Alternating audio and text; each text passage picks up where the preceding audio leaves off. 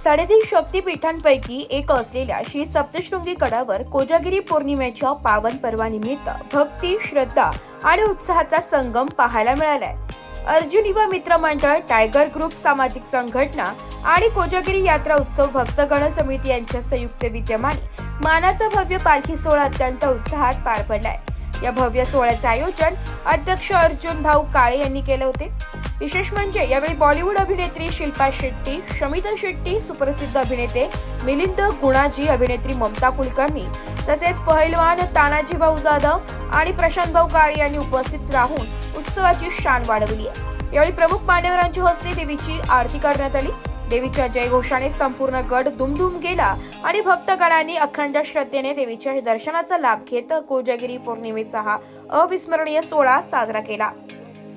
आद्य स्वयंभू शक्तीपीठ श्री क्षेत्र सप्तशृंगगड येथे सालाबाद प्रमाणे आणि धार्मिक परंपरेनुसार कोजागिरीचा उत्सव सुरू झालेला आहे। काल दुपारपासून महाराष्ट्राच्या कानाकोपऱ्यातनं सप्त नद्यांच्या तीर्थ घेऊन भाविक भक्त पायी पालखी आणि दिंडीच्या माध्यमातून, कावडीच्या माध्यमातून श्री क्षेत्र गडावर पोहोचलेले आहेत।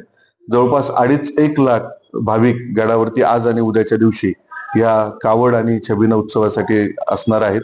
महाराष्ट्रातल्या कानाकोपऱ्यातलं किन्नर समाज, तृतीयपंथी ज्यांना आपण म्हणतो, ते सर्व त्यांच्या धार्मिक गुरूंसह श्री क्षेत्र गडावरती आलेले आहे। विश्वास संस्थेच्या वतीने 24 तास मंदिर दर्शन सुरू आहे। प्रसाद मोफत चालू आहे।